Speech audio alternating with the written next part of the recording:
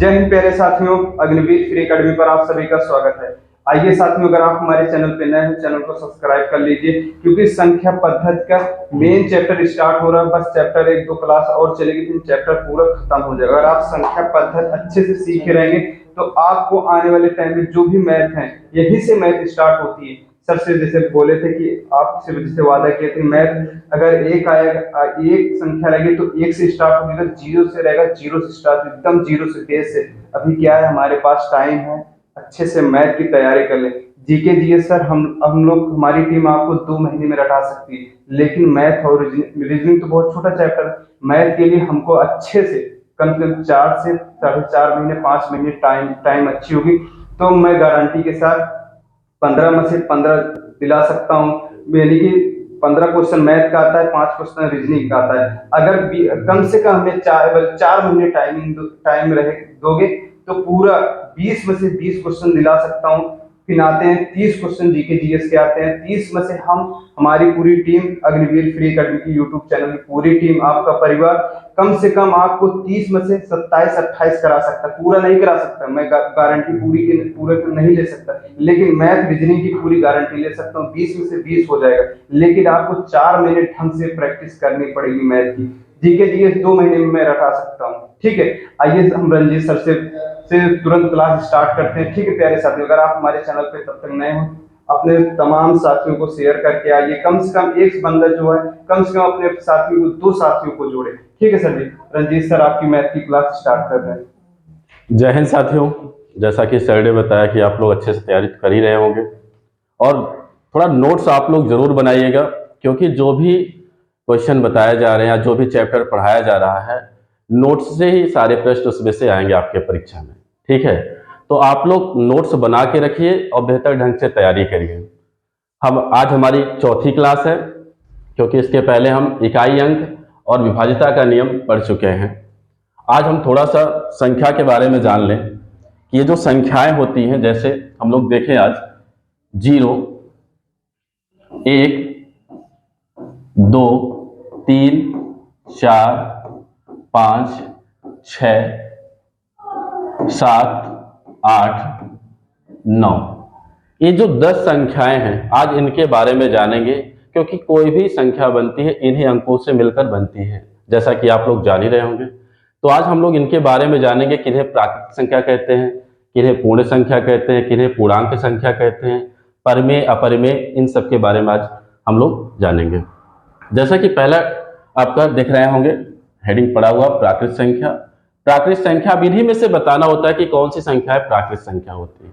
ठीक है, जैसे इसमें जीरो जो है, आपका जीरो को छोड़ दे, आपका 1 से लेके, कहने का मतलब 1 से आपका गिनती स्टार्ट होगा और अनंत तक जाएगा, वो सारी संख्याएं क्या होती है? प्राकृत संख्या होती है। प्राकृत संख्या किसे कहते हैं? 1 से लेके 1, 2, 3, 4, 5 डैश डैश डैश आपका अनंत तक, इनफाइनाइट, पूरी संख्या जितना है, मतलब जीरो को यहां पर छोड़ के जितनी भी सारी संख्याएं होंगी वो सभी क्या है? प्राकृत संख्या है। ठीक है, लेकिन जैसे अगर कहा जाए कि अगला, जैसे हम लोग लेते हैं यहां पर,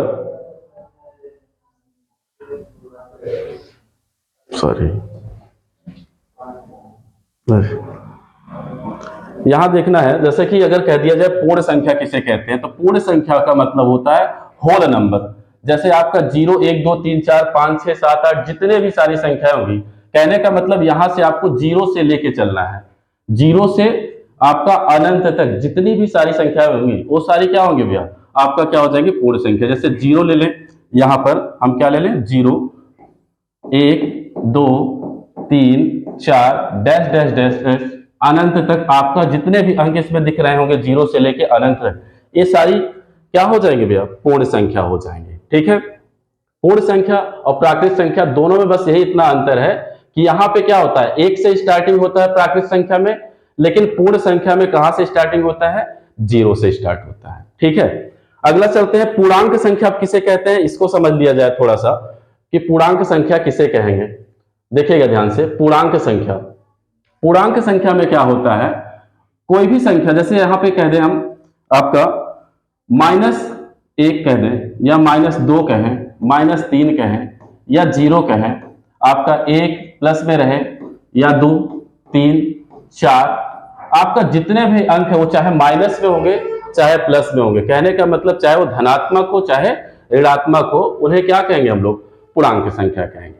जैसे आप जानते होंगे जीरो की खोज किसने किया है? आप लोग को पता होगा किसने किया है? आर्यभट्ट ने किया है। जीरो की खोज किसने किया है? आर्यभट्ट ने किया है। जीरो ना तो धनात्मक संख्या होता है ना तो ऋणात्मक संख्या होता है। जीरो क्या होता है? जीरो ना तो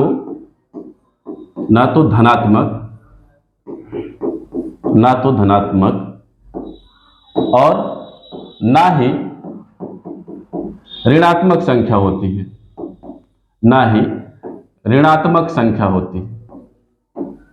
ठीक है। जीरो क्या होता है? ये उदासीन होता है। क्या होता है? उदासीन होता है आप, ठीक है। जीरो की खोज किसने किया है? आर्यभट्ट ने किया है। और जीरो ना तो धनात्मक और ना ही क्या होता है? ऋणात्मक होता है, ठीक। और यहां पे कहने का मतलब अगर कोई भी संख्या चाहे वो माइनस में हो चाहे वो प्लस में हो, सभी संख्याएं क्या होती है? पूर्णांक संख्या होती है। लेकिन अगर कह दिया जाए कि वो भिन्न के रूप में हो, बटे में हो, p/q के रूप में हो, तो वो नहीं होगी। जैसे हम कह दें 2/3, अगर इसे कह दें क्या है? पूर्णांक संख्या है? नहीं। क्या आपका जैसे माइनस कोई भी संख्या है बटे में नहीं होना चाहिए, ठीक है। आपका धनात्मक हो या ऋणात्मक हो, कोई भी अंक हो, वो आपका क्या हो जाएगा? पूर्णांक संख्या होगा, लेकिन भिन्न के रूप में आपका पूर्णांक संख्या नहीं होता है। जीरो की खोज किसने किया है? आर्यभट्ट ने किया है। और जीरो क्या होता है आपका? उदासीन होता है, और यह ना तो धनात्मक होता है और ना ही क्या होता है? ऋणात्मक होता है, ठीक है। चलिए आगे चलते हैं, हम लोग देखते हैं अगला सम संख्या। क्या देखेंगे हम लोग? सम संख्या देखेंगे।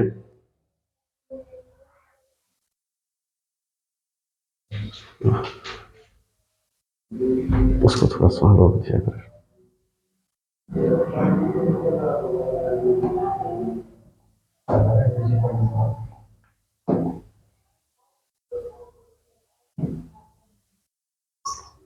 चलिए देखिएगा, आगे हम लोग देखते हैं सम संख्या। सम संख्या क्या होता है, इसको थोड़ा सा जानकारी रख लीजिएगा, ठीक है। सम संख्या आपका क्या होता है, यहां से थोड़ा सा हम लोग देख लेते हैं सम संख्या के बारे में।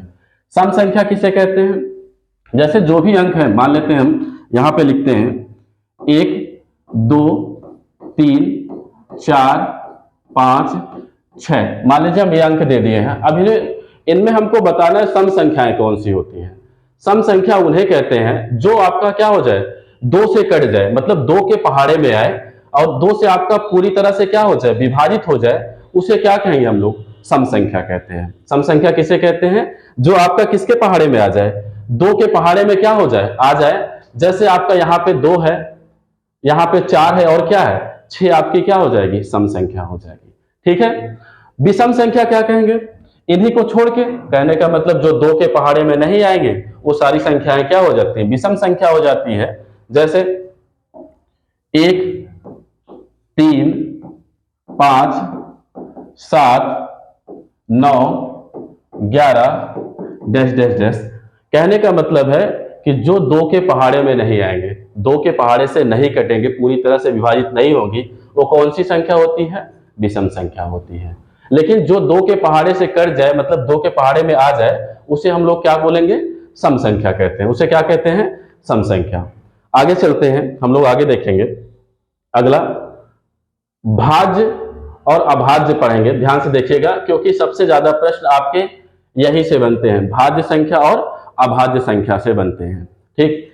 तो भाज्य संख्या किसे कहेंगे और अभाज्य संख्या किसे कहेंगे? सबसे पहले इसको जानिएगा। ऐसी संख्या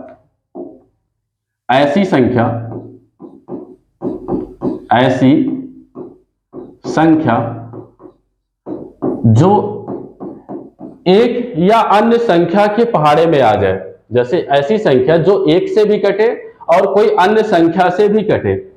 जैसे आपका 1 से या अन्य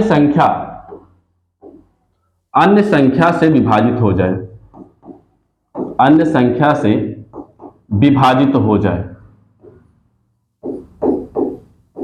अन्य संख्या से विभाजित हो जाए, उसे क्या कहेंगे हम लोग? भाज्य संख्या कहेंगे। जैसे मान लेते हैं आपको हमने दे दिया यहां पर 15 दे दिया, 15 बताइए आप भाज्य है कि अभाज्य है। अब जैसे देखिए 15 क्या होगा आपका, एक से भी कट सकता है क्योंकि एक से तो सारी संख्याएं कटेंगी, ठीक। अब 15 क्या होगा, 3 के भी पहाड़े में आता है, 3 से भी कट सकता है। और 15 किससे कट सकता है, 5 से भी कट सकता है। और किससे कट सकता है, स्वयं से खुद ही कट सकता है। तो भाज्य संख्या कैसे कहेंगे, ऐसी संख्या जो एक से या अन्य संख्या से भी क्या हो, विभाजित हो जाए, उसे क्या कहेंगे, भाज्य संख्या कहेंगे। उसे क्या कहेंगे, भाज्य संख्या कहेंगे, ठीक है। और लेकिन एक चीज और जानना है आपको यहीं पर, जैसे हम यहां पे लिख दें कि अगर लिखे यहां पे जैसे कोई मान हम लिख देते हैं, जैसे पूरा लिख रहे हैं 1 2 3 4 5 6 या डैश डैश डैश आपका लिखते हैं।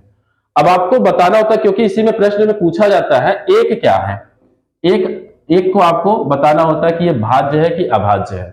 तो आपको ये देख लीजिए, क्योंकि एक जो है स्वयं से कटेगा लेकिन किसी अन्य से भी नहीं कटेगा, तो एक को ना तो भाज्य में रखा गया है ना अभाज्य में रखा गया है। एक ऐसी संख्या है जो ना भाज्य है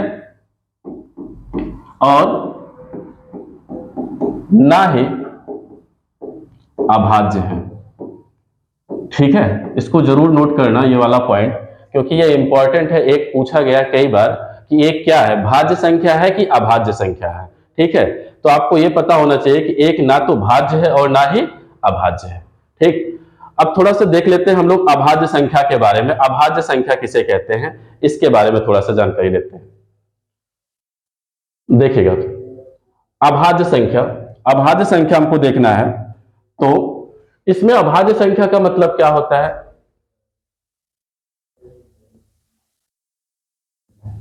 अभाज्य संख्या,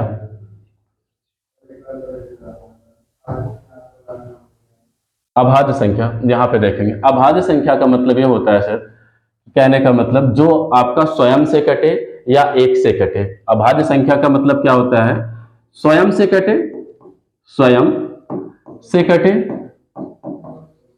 या एक से कट जाए, एक से कट जाए, कट जाए, अन्य संख्या से ना कटे, अन्य संख्या से ना कटे, उन्हें क्या कहेंगे हम लोग, अभाज्य संख्या कहेंगे। उन्हें क्या कहेंगे हम लोग, अभाज्य संख्या कहेंगे। जैसे अगर हम मान लेते हैं आपका 7 हो गया, एक एग्जांपल के रूप में ले रहे हैं 7 है। अब 7 बताइए किससे कट सकता है, एक के पहाड़े में तो आया जाएगा क्योंकि एक से सभी संख्याएं कट जाएंगे। और यह क्या होगा, किसी और संख्या से कटेगा, नहीं कटेगा। इसका मतलब ये स्वयं से कट रहा है, सिर्फ 7 से ही कट जाएगा। तो 7 कैसी संख्या हो गई, ये क्या हो जाएगा आपका, अभाज्य संख्या हो जाएगा। क्या हो जाएगा आपका, अभाज्य संख्या हो जाएगा। इसमें थोड़ा सा और जानकारी लेंगे। सब प्रश्न में आपके पूछा जाता है कि सबसे छोटी अभाज्य संख्या कौन सी है, सबसे छोटी अभाज्य संख्या कौन सी है। यहां पे लिखते हैं सबसे छोटी अभाज्य संख्या कौन सी है, सबसे छोटी अभाज्य संख्या, ये आपको याद होना चाहिए। अभाज्य संख्या कौन सी है, कौन सी है, ध्यान से देखिएगा कौन सी है। अब देखिए ना भैया, जैसे यहां पे हमने अभी लिखा था, मान लिखा है वैसे। अब देखिए 1 2 3 4 5 6 डैश डैश डैश, क्योंकि इन्हीं से प्रश्न बनते हैं सबसे ज्यादा। अब पूछ लिया गया सबसे छोटी अभाज्य संख्या कौन सी है।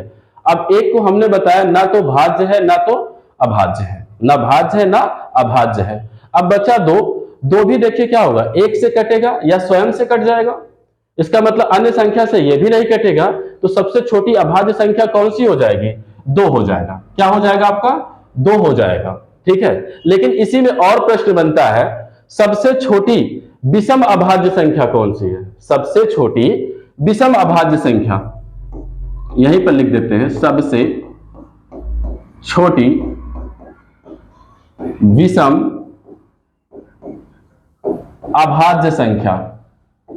अभाज्य संख्या आपको बताना है, सबसे छोटी विषम अभाज्य संख्या कौन सी है। अब देखना यहां पे विषम, विषम का मतलब क्या होता है, जो 2 के पहाड़े में ना है। अब आप खुद बता सकते हैं यहां पे क्या होगा, 3 ऐसी संख्या है जो 2 के टेबल में नहीं है और सबसे छोटा माना जाएगा। तो यहां पे क्या लिख देंगे, सबसे छोटी विषम अभाज्य संख्या कौन सी है, 3 है। लेकिन अगर आपसे पूछ लिया जाए, अगर आपसे पूछा जाए कि मान लीजिए आप बताइए हमको, ठीक है, देखते हैं, सबसे छोटी अगर पूछ लिया जाए आपसे इसी प्रश्न में, सबसे छोटी सम अभाज्य संख्या, सम अभाज्य संख्या, सबसे छोटी सम अभाज्य संख्या कौन सी है? अब सम का मतलब क्या होता है? जो दो के पहाड़े में आ जाए। तो दो के पहाड़े में क्या, एक तो आपका है नहीं और दो आपका क्या हो गया, सबसे छोटी अभाज्य संख्या हो गया। तो सम में क्या हो जाएगा, अगला अंक कौन सा है, 4। तो यहां सबसे छोटी सम अभाज्य संख्या कौन हो जाएगा, 4 हो जाएगा। सबसे छोटी सम अभाज्य संख्या कौन सा हो जाएगा आपका, 4 हो जाएगा। ठीक है, इस पॉइंट को जरूर याद रखना। सबसे छोटी अभाज्य संख्या कौन सी है, 2 है। सबसे छोटी विषम अभाज्य संख्या कौन सी है, 3 है। सबसे छोटी सम अभाज्य संख्या कौन सी है, 4 है। ठीक, अगला टॉपिक हम चलते हैं, परिमेय संख्या इसमें है। क्या है, परिमेय संख्या है। थोड़ा सा उसके बारे में जानकारी रखें, क्योंकि इससे भी आपका प्रश्न बनता है। किससे, परिमेय संख्या से, परिमेय संख्या से। चलिए इस पॉइंट को हम यहां से हटा दे रहे हैं। देखिएगा परिमेय संख्या कौन सी है। ठीक है, परिमेय संख्या का मतलब क्या होता है, ऐसी संख्या, परिमेय संख्या के बारे में थोड़ा सा जानते हैं। ऐसी संख्या, चलिए कलर इसमें से, चलिए परिमेय संख्या के बारे में, ऐसी संख्याएं, ऐसी संख्याएं जिनको, जिनको क्या करें, थोड़ा सा नीचे कर रहे हैं, ऐसी संख्याएं जिनको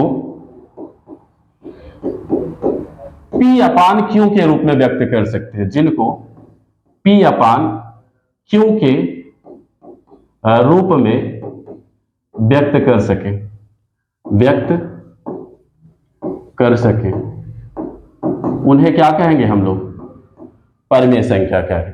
क्या कहेंगे, परिमेय संख्या। ऐसी संख्या है जिनको हम P अपान Q के रूप में व्यक्त कर सके, उन्हें क्या कहा जाएगा, परिमेय संख्या कहा जाएगा। ठीक है, आगे देखिएगा, उन्हें क्या कहेंगे हम लोग, परिमेय संख्या कहेंगे। लेकिन यहां पर एक बात और ध्यान देना है, Q का मान कभी भी आपका 0 नहीं होना चाहिए। Q का मान कभी भी आपका 0 नहीं होना चाहिए। ठीक है, आगे देखते हैं हम लोग।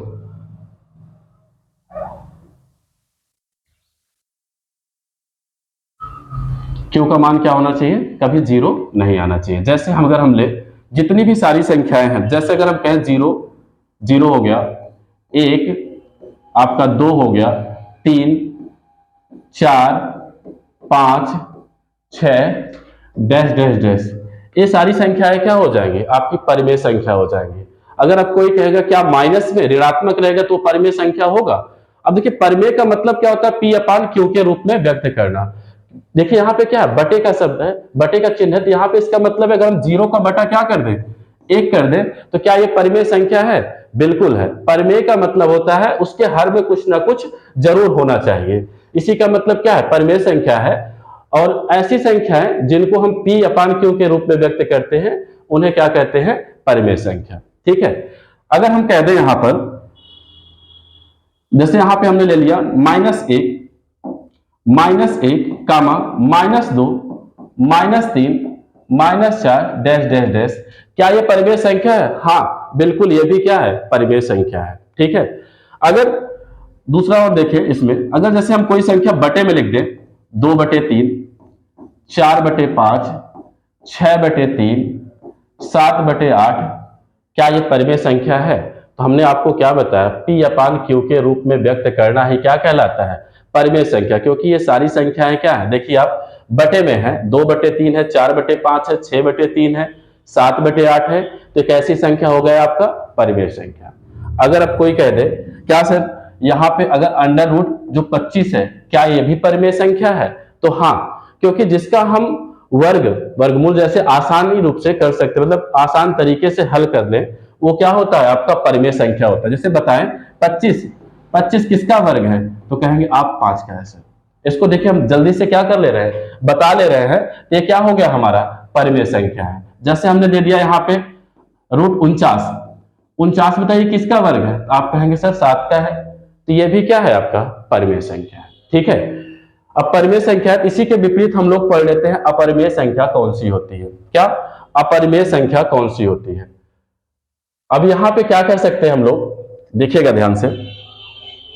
अपरिमेय संख्या, अपरिमेय संख्या उन्हें कहेंगे, अपरिमेय संख्या, अपरिमेय संख्या हम उन्हें कहेंगे जिन्हें हम P अपान Q के रूप में, P अपान Q के रूप में नहीं व्यक्त कर सकते, नहीं व्यक्त कर सकते, व्यक्त कर सकते, नहीं व्यक्त कर सकते, नहीं व्यक्त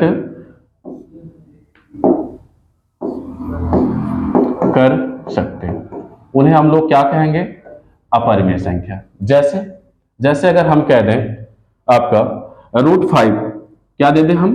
√5, क्या इसका हम लोग वर्गमूल बता सकते हैं? आसान रूप से नहीं कर सकते। तो एक ऐसी संख्या हो जाएगा आपका अपरिमेय संख्या हो जाएगा। क्या हो जाएगा? अपरिमेय संख्या। इसी में एक बात और आपको इंपॉर्टेंट है, इस पॉइंट को जरूर नोट करना आप लोग। जैसे अगर हम कह दें पाई, पाई, पाई क्या आपका परिमेय है कि अपरिमेय है? पाई कौन सी संख्या है? परिमेय है कि अपरिमेय है? तो पाई कैसी संख्या हो जाएगा? अपरिमेय होता है। क्या होता है? अपरिमेय। लेकिन अगर पाई का मान रखें, पाई का मान होता क्या है? 22 बटे कितना होता है? 7, 22 बटे 7। तो 22 बटे 7 अगर दे दिया और पूछ लिया आपसे क्या यह परिमेय है कि अपरिमेय है, तो पाई आपका अपरिमेय होगा, लेकिन 22 बटा 7 क्या है? इसे हम क्या कहेंगे? परिमेय संख्या कहेंगे। क्या बोलेंगे हम लोग? परिमेय संख्या कहेंगे कि 22 बटे 7 जो है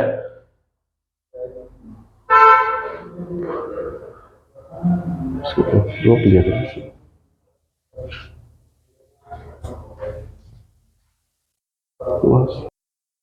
22 बटे 7 क्या है आपका? परिमेय संख्या है। इन दोनों पॉइंट को जरूर आप लोग याद रखेंगे। चलिए अब इस पर कुछ हम लोग प्रश्न हल करते हैं। जैसे आपका पहला ही प्रश्न क्या है? प्राकृत संख्या कहां से शुरू होती है? प्राकृत संख्या कहां से शुरू होती है? अब आपको हमने बताया था प्राकृत संख्या कहां से स्टार्ट होती है? 1 से। नेचुरल नंबर, प्राकृत माने क्या कहेंगे? Natural number. नेचुरल नंबर कहां से स्टार्ट होता है आपका? 1 से। 1 2 3 4 डैश डैश इनफाइनाइट। ठीक है, प्राकृत संख्या कहां से शुरू होती है? आपका 1 से। तब आप ऑप्शन बताइए कि कौन सा इसमें से सही होगा। 1 क्या है? इसमें सबसे छोटा है और यहीं से स्टार्ट होता है। इसका मतलब प्राकृत संख्या कहां से शुरू होती है? 3 नंबर विकल्प में क्या दिख रहा है आपको? 1 दिख रहा है। इसका मतलब ये वाला विकल्प आपका क्या हो गया? सही हो गया। ठीक है, चलिए अगला क्वेश्चन हम लोग लेकर चलते हैं। देखें, अब देखिए, अभी हमने आपको बताया था परिमेय में, परिमेय और अपरिमेय में बताया था कि आपको बताया था कि जो भी संख्या, जैसे आपका 0 ले, 1 2 3 4 डैश डैश, आपका जितने भी संख्याएं होंगे वो सभी क्या होते हैं? आपके परिमेय संख्या। परिमेय संख्या किसे कहते हैं? जिन्हें हम किसमें P अपान Q के रूप में क्या करें? व्यक्त कर सकते हैं। उन्हें क्या कहेंगे हम लोग? परिमेय संख्या कहते हैं। अब आप बताइए यहां पे 0 बटे 1 क्या है? परिमेय है कि अपरिमेय है?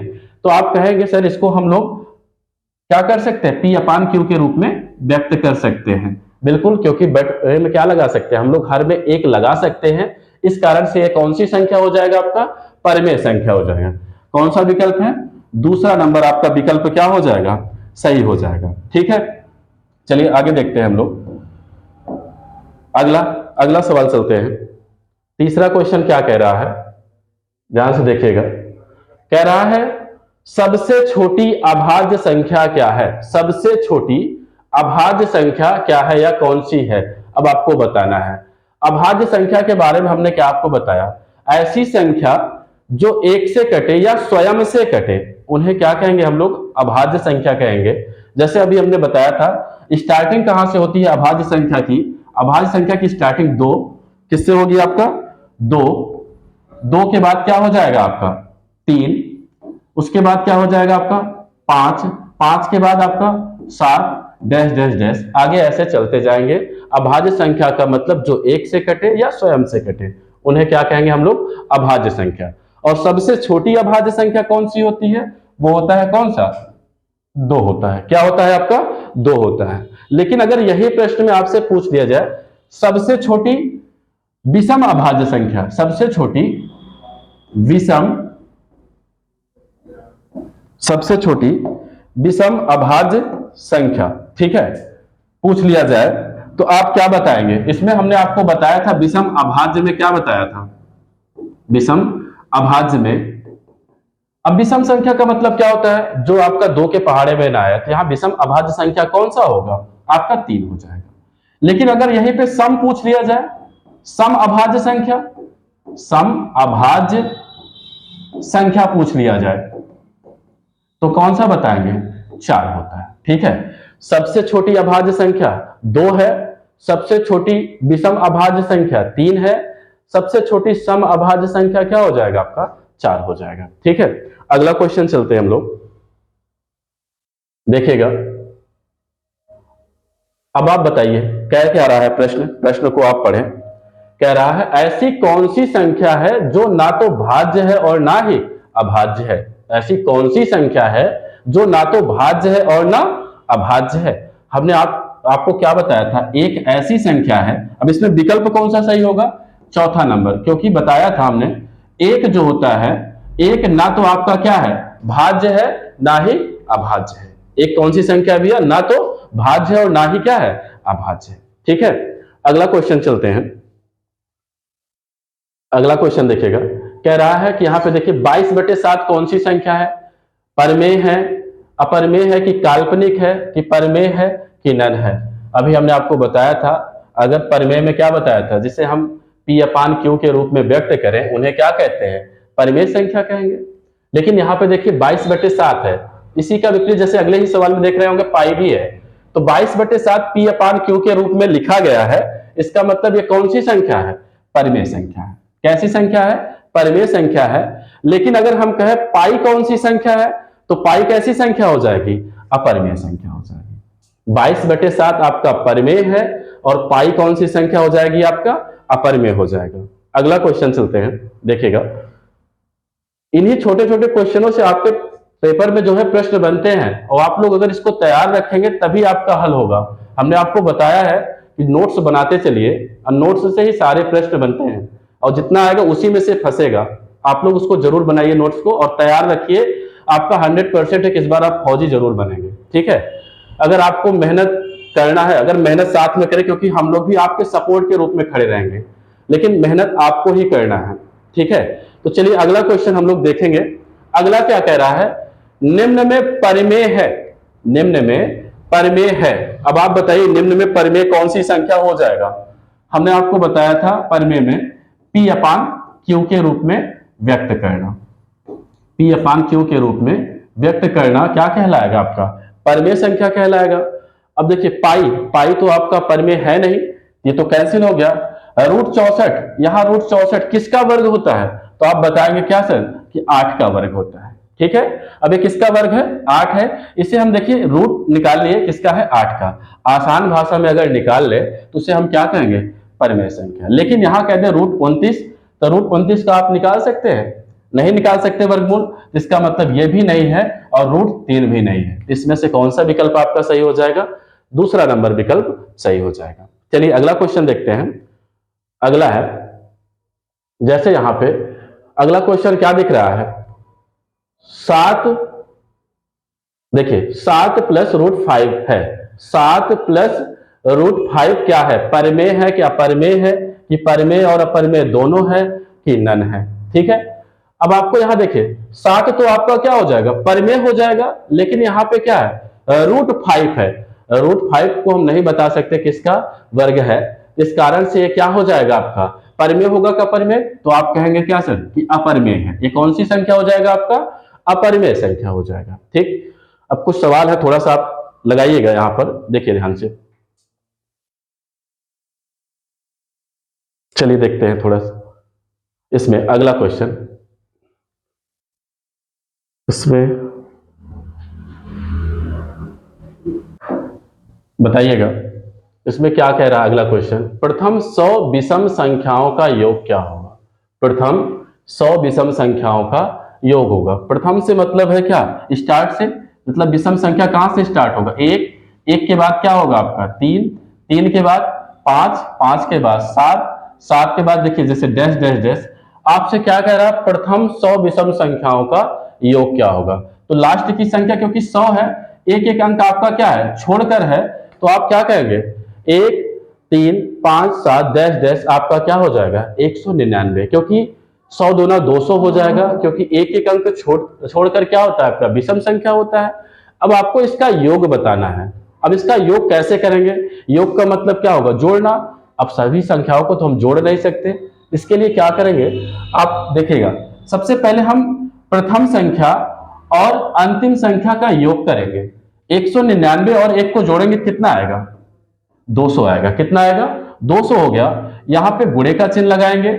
अब टोटल कितनी संख्याओं के लिए कह रहा है, 100 विषम संख्याओं का योग आपसे पूछ रहा है, तो जितनी संख्या के बारे में पूछेगा उसको लिखेंगे। बटे में क्या लगाएंगे, दो करेंगे। क्या करेंगे, दो। क्यों कर रहे हैं, क्योंकि दो दो के गैप पे एक छोड़ते दूसरा आता है, ठीक है। इसके लिए इसको हल करें, देखें, अगर हम दो से काट दें इसको कितना होगा, दो एक कम दो, यहां पे बचा आपका डबल जीरो। कितना बचा है, डबल जीरो बचा है। इसको ध्यान से देखिएगा, ठीक है। यहां पे कितना बचा है, दो से अगर काटे तो दो एक कम दो, मतलब यहां पे आपका 100 आ गया। अब आपको गुणा कर लेना है। गुणा कैसे करते हैं, जीरो का, कितने जीरो दिख रहे हैं, दो यहां दिख रहा है, दो यहां दिख रहा है, तो 4 जीरो हमने लगा दिए, ठीक है। और यहां अंक क्या दिख रहा है, एक और एक का गुणा क्या हो जाएगा, एक, तो आ कितना गया 10,000। अब 10,000 किस विकल्प में आपको दिख रहा है, दूसरे विकल्प में दिख रहा है, इसका मतलब दूसरा विकल्प आपका क्या है, सही है, ठीक है। चलिए अगला क्वेश्चन चलते हैं, देखिएगा यहां पे अगला क्वेश्चन क्या कह रहा है, प्रथम 20 सम संख्याओं का योग क्या होगा। प्रथम 20 सम संख्याओं का योग क्या होगा। जैसे हमने आपका विषम में किया है उसी तरह से हम क्या करेंगे, सम में भी करेंगे। देखिएगा, अब 20 सम कह रहा, सम की स्टार्टिंग कहां से होगी, दो से, दो हो गया, चार हो गया, 6 हो गया, 8 डैश डैश डैश। ऐसे आपसे कितना कह रहा है, 20 संख्या कह रहा है, इसका जस्ट दूना लेते हैं, 20 दूना कितना हो जाएगा 40। इसका मतलब अंतिम संख्या क्या हो जाएगा 40। अब इनका हमको योग बताना है, इसका योग कितना आएगा। तो जैसे हमने वहां पे लिया था विषम में, प्रथम और अंतिम अंक का क्या लिया था, योग किया था, तो वैसे यहां भी करेंगे। 40 और 2 का क्या करें, जोड़ कर दे तो कितना हो जाएगा आपका 42, गुणे कितनी संख्या का पूछा गया है, 20 का, तो हम यहां पे क्या लिखेंगे 20, बटे में क्या लगाएंगे 2। हल करें इसको, अगर इसको हल करते 2 से अगर इसको काट दे तो कितना हो गया आपका, चाहे इसको काटे चाहे इसको काटे, काटना दोनों को ही है, तो यहां काट दे 2 दूना 4, 2 एक कम 2। अब देखिए इसका गुणा करना 21 और किसका गुणा करना है 20 का, तो चाहे आप ऊपर नीचे लिख के करें या आप जीरो अगर लगा रहे हैं तो सबसे इजी होता है उसका गुणा। जैसे यहाँ पे क्या जीरो है तो जीरो लिखा हमने, यहां 2 से कर दीजिए गुणा, 2 एक कम 2, और 2 दूना कितना हो जाएगा 4। इसका मतलब आंसर कितना आ रहा है 420। तो 420 किस विकल्प में दिख रहा है आपका, चौथे विकल्प में दिख रहा है। इसका मतलब चौथा विकल्प आपका क्या है, सही है। फिर से एक बार देख लीजिएगा सम संख्या का योग का, जैसे हमने लिखा, क्योंकि प्रथम कह रहा तो प्रथम का मतलब क्या होता है, स्टार्ट से करना है। प्रथम 2, दूसरा 4, 6, 8 डैश डैश। अब कैसे 40 आया इसको समझना है, क्योंकि यहां पे दे रहा है 20 संख्या, तो जस्ट इसी का डबल करते हैं, क्योंकि दो दो एक एक के अंतराल पे आता है संख्या, इसलिए इसका डबल करेंगे तो 20 दूना कितना हो जाएगा 40। अब कैसे हल किए, प्रथम संख्या और अंतिम संख्या को जोड़े तो 42 आ गया, गुणे टोटल कितनी संख्याओं का पूछा गया 20 का, बटे में क्या लगाया हमने 2 लगाया, 2 से काट दिया 21 गया, 21 का 20 से गुणा कर दिया तो कितना आ गया 420। ठीक है, अगला क्वेश्चन चलते हैं, लास्ट क्वेश्चन आज का। देखिएगा अगला क्वेश्चन क्या कह रहा है, कह रहा है कि प्रथम 50 प्राकृत संख्याओं का योग। क्या कह रहा है, प्रथम 50 प्राकृत संख्याओं का योग। तो सबसे पहले आप समझिएगा, एक छोटा सा लेते हैं इसके तर्ज पे हम लोग दूसरा क्वेश्चन। जैसे यहां पे हम कहते हैं 1 2 3 4 5, हमने मान लीजिए इतना ही संख्या लिया। योग कह रहा है, योग का मतलब क्या होता है, जोड़ होता है, क्योंकि मान लीजिए तो प्रथम 50 का है, तभी 50 का ना करके इनका, क्योंकि इनको आप जोड़ सकते हैं। ये कितना आएगा, अगर हम इनको जोड़े तो ये कितना हो जाएगा, यहाँ पे आपका 2 1 3 3 3 6 6 4 10 10 5 कितना हो जाएगा, 15 हो जाएगा। ठीक है, लेकिन अब इनको बारी बारी से तो जोड़ना नहीं है, क्योंकि मान लीजिए तो छोटा संख्या है, आपने इसको जोड़ लिया, इससे बड़ा आ जाए तो कैसे करेंगे। इसके लिए क्या करते हैं, सबसे पहले जितना, जैसे मान लीजिए वहां 5 कह रहा, अंतिम संख्या लिखा हमने, गुणे लगाएंगे, इसी अंतिम संख्या में एक क्या करेंगे, जोड़ेंगे, तो 5 से कितना हो जाएगा, 6। बटे में क्या करेंगे, यहाँ पे 2 करना होगा। जैसे 2 से काट दें तो 2 तिहाई कितना हो गया आपका, 6 हो गया। अब अगर इन दोनों का गुणा कर ले तो 5 तिहाई कितना हो गया, 15 हो गया। देखिए यहां पर भी 15 आ रहा है और यहां पर भी आ रहा है। इस कारण से आप छोटे क्वेश्चन मतलब आ जाए तो इस तरह भी कर सकते हैं, नहीं तो आपको हमने जैसे बताया, अगर फार्मूला कहें तो कहेंगे n प्लस 1 पूरे का बटा क्या हो जाएगा, 2 हो जाएगा। ठीक, कभी कभी इसको प्रश्न भी पूछ लेते हैं इसके रूप में कि हम अगर प्रथम प्राकृत संख्याओं का योग करें तो किस तरह से करेंगे, तो सूत्र आ जाएगा क्या, n प्लस 1 अपान क्या हो जाएगा आपका, 2 हो जाएगा। ठीक है, इस प्रश्न को हम हल करते हैं, समझिएगा। अब आपको सबसे पहले संख्या कितना दे रहा है, मान लीजिए हम यहाँ पे करना चाहें, यहाँ पे संख्या कितना है आप देखिएगा, यहाँ पे कह रहा है आपका प्रथम 50 प्राकृत संख्याओं का योग कितना है, कितने संख्याओं का कह रहा है, 50 का। तो हमने क्या लिखा यहाँ पर, प्रथम 50 लिखा हमने, यहाँ पे गुणे में लगाएंगे। हमने आपको बताया एक क्या करना है, इसमें जोड़ना है, तो 50 से कितना हो जाएगा आपका 51 हो गया। बटे में क्या लगाएंगे, 2 लगाएंगे। इसको हल कर लें, अगर 2 से काटेंगे तो कितना आएगा आपका, 25 आ गया, क्योंकि 2 से काटेंगे 25 दूना क्या होता है, 50 होता है। अब इन दोनों का आप गुणा कर लीजिए, क्या करेंगे, गुणा, चाहे ऊपर नीचे करें लिखकर तब भी आएगा आंसर, नहीं तो आप 25 से पहाड़ा पढ़ सकते हो, क्योंकि 25 का पहाड़ा आसान होता है। 25 से कम, 25 की 5 हासिल कितना हुआ आपका, 2 आ गया। अब यहाँ 25 5 से क्या हो जाएगा, 125, 125 में 2 जोड़ दे तो क्या हो जाएगा, 127। तो आया कितना, 1275। कौन से विकल्प में आपको दिख रहा है, यहां दिख रहा है पहले विकल्प में, तो 1275 आपका क्या हो जाएगा, सही हो जाएगा। ठीक है, आप लोग कमेंट में लिखेगा, मैं एक क्वेश्चन आपको दे रहा हूं, आपको बताना है प्रथम 100 प्राकृत संख्याओं का योग, आपको कमेंट बॉक्स में टाइप करके लिखना है, 100 प्राकृत संख्याओं का योग क्या होगा, प्राकृत संख्याओं का योग क्या होगा, संख्याओं का योग क्या होगा, आप लोग बताइएगा जरूर, योग क्या होगा। ठीक है, अब आप लोग इसको फिर से एक बार रिवीजन कर लीजिएगा, वीडियो को एक बार आप लोग देख लीजिएगा, और इसमें क्योंकि इससे प्रश्न आपका ज्यादा परीक्षा में बनता है, कम इसी टॉपिक से मैं कह रहा हूं, आपके पेपर में कम से कम 2 से 3 क्वेश्चन इसी टॉपिक से पूछा जाए आज की क्लास से। इसको आप लोग एक बार नहीं 2 बार रिवीजन जरूर करिएगा। ठीक, और नोट्स बना लीजिए, क्योंकि इनसे प्रश्न आपके जरूर पूछे जाएंगे। ठीक है, और आप लोग अगर अच्छा लगे थोड़ा वीडियो को लाइक वाइक किया करें, जिससे हम लोग को भी मोटिवेशन मिलता है, मोटिवेट होते हैं कि नहीं हाँ बच्चे पढ़ रहे हैं। तो वीडियो को थोड़ा लाइक करें, सब्सक्राइब करें चैनल को, और शेयर भी करें अपने दोस्तों को, जिससे उनका भी ज्ञान बढ़े। ठीक है, जय हिंद, जय भारत।